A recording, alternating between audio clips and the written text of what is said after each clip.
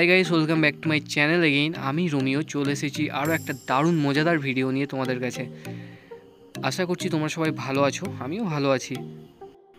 তো বন্ধুরা, আমি এখন আছি সুন্দরবন অঞ্চলের গোসাবা নামক জায়গায়। আসলে বন্ধুরা, আমি এখানে ঘুরতে এসেছিলাম দাদুর বাড়িতে।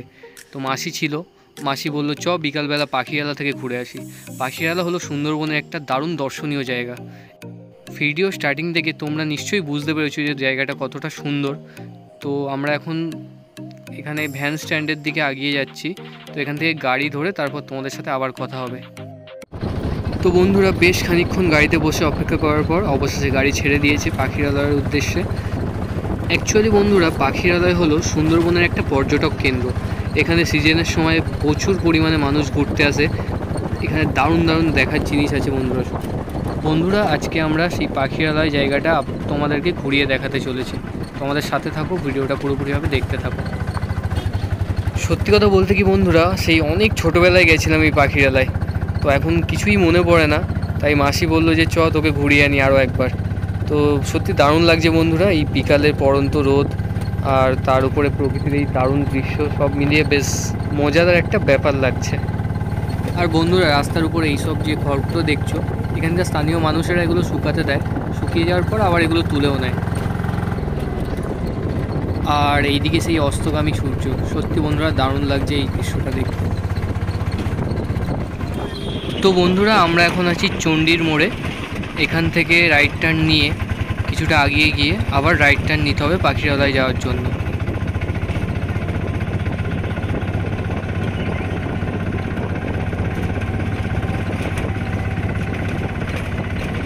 তো বন্ধুরা, আমরা এখন পাখিরালয় যাওয়ার জন্য সামনে থেকে ডান দিকে ঘুরে যাব। আর বাঁ দিকে যে রাস্তাটা চলে গেছে দেখতে পাচ্ছ, ওটা গেছে রাঙাবেলিয়া নামক জায়গায়।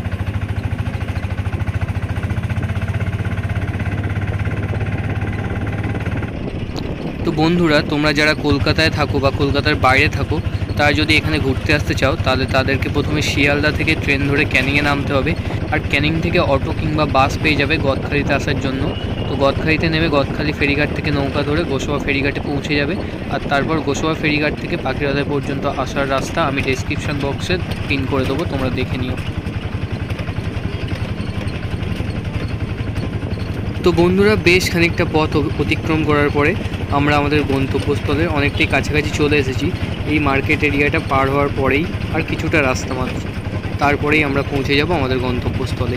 তো ভিডিওটা তোমরা স্কিপ না করে দেখতে থাকো, অবশ্যই মজা পাবে।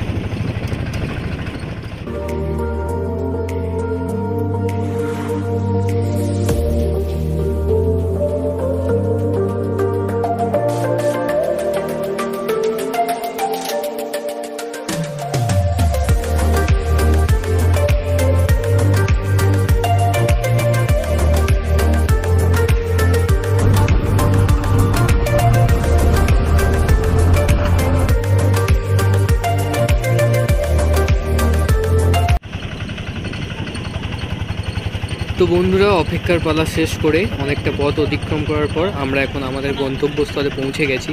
তো এখন আমরা গাড়ি থেকে নেমে পড়ব, আর নেমে পড়ে এই পুরো এরিয়াটা তোমাদেরকে ঘুরে দেখাবো। বন্ধুরা, সামনেই এস টু হোটেল তোমরা দেখতে পাচ্ছ। এটা পর্যটক এলাকা হওয়ার জন্য এখানে হোটেল লজ কোনো কিছুরই অভাব নেই, প্রচুর পরিমাণে পেয়ে যাবেন। তো থাকা খাওয়ার তো কোনো প্রবলেমই হবে না যদি তোমরা ঘুরতে আসো এখানে। বন্ধুরা, এখানে সামনেই একটা লজ দেখতে পেলাম। লজটার নাম হচ্ছে হোটেল রেড পিকক। তো এরকম প্রচুর পরিমাণে লজ এখানে চারিদিকে আছে। তো এরকমই অনেক লজ তোমাদেরকে এখন ঘুরিয়ে ঘুরিয়ে আমরা দেখাবো, তোমরা দেখতে থাকো। তো বন্ধুরা, এখানে বাঁদিকে আরও একটা হোটেল দেখতে পেলাম, মা তরুভিরা নামে। খুবই সুন্দর দেখতে। আর বাইরে থেকে যতটা সুন্দর দেখতে বন্ধুরা, ভেতরে কিন্তু তেমনই সুন্দর ব্যবস্থা থাকার জন্য।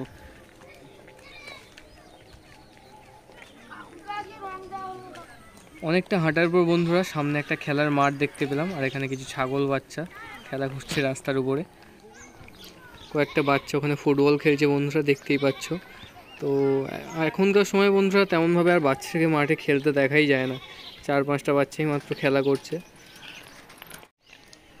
এই পড়ন্ত বিকেল আর তার সাথে চারিদিকে পাখির কিচিরমিচির আওয়াজ, সত্যি বন্ধুরা দারুণ লাগছে এই রাস্তা দিয়ে এখন হেঁটে যেতে। আর বন্ধুরা এখানে বাঁদিকে solar for safe drinking water অর্থাৎ সোলার সিস্টেমের সাহায্যে সামুদ্রিক জলকে পানীয় জলে রূপান্তরিত করার একটা প্রকল্প কেন্দ্র রয়েছে। তো বন্ধুরা বাঁদিকে আরও একটা সুন্দর লজ দেখতে পেলাম, যেমনই সুন্দর দেখতে বাইরে থেকে তেমনই সুন্দরভাবে কিন্তু ব্যবস্থা করা ভেতরে থাকার জন্য। আর বন্ধুরা সুন্দরবনের নোনা জলের মাছ আর নোনা কাঁকড়া এই দুটো কিন্তু খুবই বিখ্যাত এখানকার, আর এগুলো খেতেও খুব সুস্বাদু হয়। তো তোমরা যদি এখানে আসো তাহলে এই সমস্ত খাবারগুলো এই লজ বা হোটেলগুলোতে পেয়ে যাবে।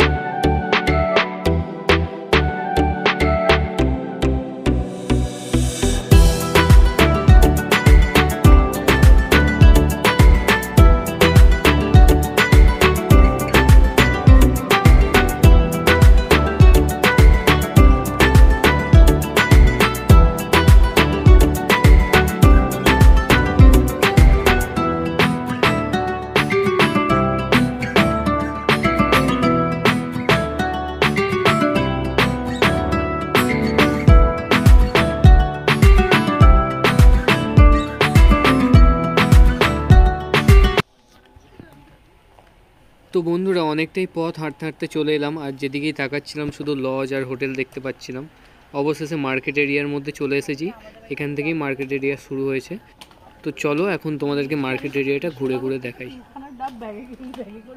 তো বন্ধুরা সামনেই বাঁদিকে একটা দোকান দেখতে পাচ্ছি, আর তোমরা দেখতেই পাচ্ছ বিভিন্ন ধরনের হাতে তৈরি ব্যাগ, ঘর সাজানোর বিভিন্ন জিনিস, হাতে তৈরি বেশিরভাগ জিনিসই এখানে সাজানো আছে। আর সাথে ডান দিকে দেখতেই পাচ্ছি বন্ধুরা বিভিন্ন সফট টয়েস রাখা আছে এখানে। সুন্দরবনের সেই রয়্যাল বেঙ্গল টাইগার, কুমির, কচ্ছপ, হরিণ প্রায় সব কিছুরই এখানে সফট টয়েস রাখা আছে বন্ধুরা, তোমরা দেখতেই পাচ্ছ। এখানে বন্ধুরা আরও একটা দোকানে চলে এসেছি, এখানে দেখতে পাচ্ছ বন্ধুরা আরও বিভিন্ন ধরনের হাতে তৈরি জিনিস রাখা আছে। উপরে ব্যাগ ঝোলানো আছে অনেক রকমের হাতে তৈরি করা। এখানেও ডান দিকে বিভিন্ন সফট টয়েস রাখা আছে বন্ধুরা দেখতে পাচ্ছ। এখন বন্ধুরা অফ সিজন, তাই খুব একটা লোকজন এখানে নেই, অল্প পরিমাণে কিছু লোকজন আছে। আর যখন সিজনের সময় হয় তখন কিন্তু বন্ধুরা প্রচুর পরিমাণে ভিড় হয় এইসব জায়গাগুলোতে, আর এই দোকানগুলোতেও প্রচুর পরিমাণে সেল হয়। অফ সিজন হওয়ার জন্য বন্ধুরা দোকানগুলো ফাঁকা ফাঁকা লাগছে, আর রাস্তাতেও খুব একটা ভিড় নেই। তো যখন সিজনের সময় হয় তখন কিন্তু খুবই ভিড় থাকে এইসব জায়গাগুলোতে। সিজনের সময় বলতে বন্ধুরা ডিসেম্বর আর জানুয়ারি এই দুটো মাস হচ্ছে সিজনের সময়।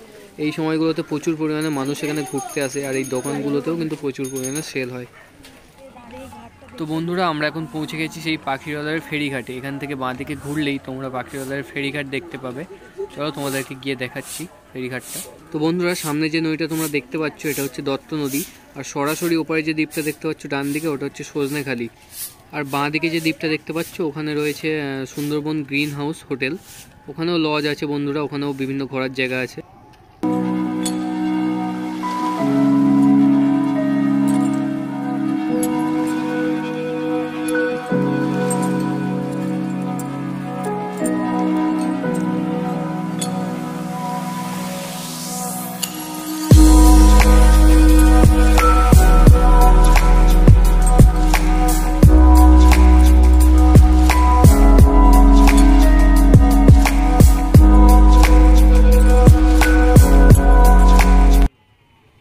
তো বন্ধুরা অনেকটা হেঁটে আসার পর বাজার এলাকা শেষ করে এখন এই বাঁশের ফেরিঘাটটা দেখতে পেলাম।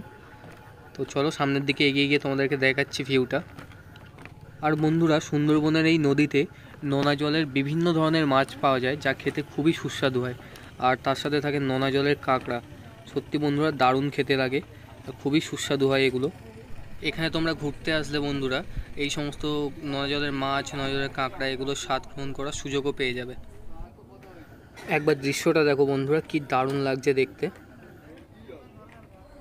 আর এটা বন্ধুরা এখানকার ফরেস্ট রেঞ্জ অফিস, এখানে বিভিন্ন বন দপ্তরের লোকেরা কাজবাজ করে।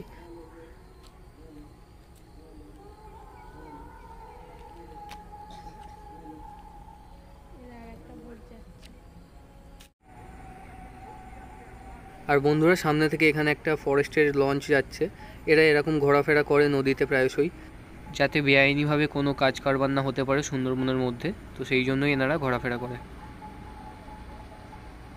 বন্ধুরা সামনেটা একবার দেখো, সেই সূর্যের আলো নদীর জলে পড়ে কি সুন্দর চিকচিক করছে, আর সব মিলিয়ে দারুণ একটা দৃশ্য লাগছে দেখতে। তো এখন কিছু ফটোশ্যুট করব, তোমরাও দেখতে থাকো।